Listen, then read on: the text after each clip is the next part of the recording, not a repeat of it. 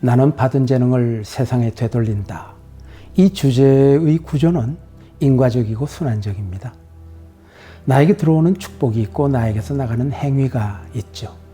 받은 재능이 세상으로 되돌려지는 프로세스의 중심에 내가 있는데, 받을 때 나는 객체가 되고 되돌릴 때 나는 주체가 됩니다. 우선 재능의 출처부터 따져봅시다. 받은 재능이라고 하니까 재능이 내 안에서 자연 발생한 것은 아닌 것 같고 누군가가 나에게 심어졌다는 것인데, 세상 사람들은 그게 유전자 덕이니 부모님께 감사하라고 합니다. 부모님께도 감사드려야죠. 그러나 그 재능이 생물학적인 축복이라면 부모님도 자신의 부모님에게, 그 부모님도 또 부모님에게 세대를 끝없이 거슬러 올라가야 하겠죠. 그래서 지혜 있는 사람이라면 이내 재능은 하나님이 주신 것이구나, 그분이 우리에게 심어놓은 것임을 알게 됩니다. 에디슨이 천재는 99%의 노력과 1%의 영감으로 이루어진다고 말했죠. 이 말은 노력이 중요하다는 것을 강조하기 위해서 늘 인용되고 있는데, 사실 에디슨이 강조하고자 했던 것은 그게 아니고 1%의 영감, 1%의 재능이 없으면 천재가 되지 않는다는 것이었어요. 사실 미술가에게 타고난 고도한 색채감각, 조형감각이 없다면, 음악가에게 절대 음감이 없다면 1만 시간 훈련의 법칙이 무효할 겁니다. 이 대목에서 선생님들의 역할이 중요한데요. 선생님들은 여러분에게 내재된 1% 천부적인 재능을 발효시키고 폭발시키고 그리고 차원 이동을 시키는 분들이에요. 하나님은 주시고 부모님은 발견 발굴하시고 선생님들은 채굴하여 끄집어내서 발육시키는 분들이죠. 그런데 재능은 왜 주셨을까요? 여러분들에게 그 귀한 재능을 주신 목적은 여러분들을 통해서 더 많은 사람들을 기쁘게 하고 행복하게 하려는 것입니다. 행복의 확대 재생산인 거지. 며칠 전 나는 우리 무용과 학생들이 시민들을 위해서 야외 무대에서 1시간 반 동안 공연하는 것을 지켜봤어요. 관중들은 너무나 행복해하는 모습이었고 학생들은 무대 위에서 그들이 즐거워하는 것을 보면서 행복해했을 것입니다.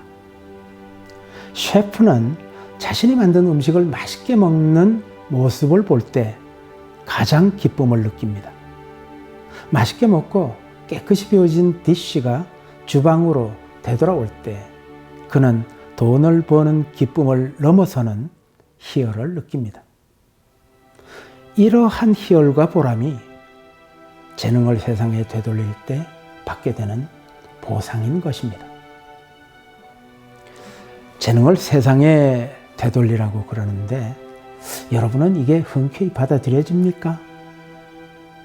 그 재능을 수단으로 출세할 수도 있고 그 재능을 가지고 재산을 모을 수도 있는데 왜 재능을 세상에 거저 되돌리라고 자꾸 하죠? 이 무형적 자산이 아까운 생각이 안 듭니까? 만일 그게 아깝게 느껴진다면 나의 재능은 전적으로 나의 재산이고 나의 소유라고 생각하는 때문이죠. 하기야 세상에는 조건부가 아닌 것이 없습니다. 인간은 헌금을 하면서도 주님께 조건을 거는 존재니까. 나의 재능을 세상에 되돌릴 때 나에게 모종의 이익이 되돌아올 것을 기대하지 않을 수만 있다면 그 이상의 축복은 없을 것입니다. 그러나 아무 대가를 바라지 않는다는 것은 인간적으로 참으로 도달하기 어려운 경지죠. 흔쾌한 무조건의 순도 100%의 재능 기부, 이것은 우리 앞에 놓여 있는 실로 어려운 도전 과제입니다. 교장 선생님은 여러분이 후일 무용, 미술, 음악의 대가가 되기를 바랍니다. 그러면 어떤 사람이 대성할까요? 재능을 주신 분의 주신 목적과 뜻을 아는 사람이 대성합니다. 그는 주신 분의 영광에 이르는 것이 자기 예술의 목표이기 때문에 대성, 크게 이룰 수밖에 없어요. 그런 사람이 있는가 하면 주신 목적과 뜻은 모른 채 훈련에 훈련을 거듭해서 성공에 이른 사람도 있죠. 그러나 그에게는 그렇게 애써서 이룬 성공이 어느 날 되레 올무가 될 수도 있습니다. 동기가 자신의 영광, 자신의 출세였기 때문이죠. 교장 선생님이 종합 정리하겠습니다. 우리는 재능을 아무 노력 없이 조건도 없이 거저 받았습니다.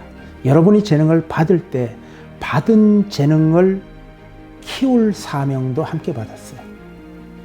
재능을, 그릇을 크게 키워야 세상을 넓고 크게 비출 수 있기 때문이죠. 그래서 재능을 키우지 않는 자는 성서가 말하는 악하고 게으른 종이라는 질책을 받을 것입니다. 그리고 또 하나, 받은 재능을 세상에 되돌리는 뜻은 가상하지만 그것이 무가치할 때 세상에 되돌리는 것이 무슨 의미가 있겠어요? 그 재능의 소산이 세상에 전파될 가치가 있을 때 되돌리는 의미가 있게 되는 것입니다. 귀한 재능을 받은 여러분, 그 재능 키우기를 게을리하지 않고 평생 그 재능을 가치 있게 사용하는 삶을 살아가기 바랍니다.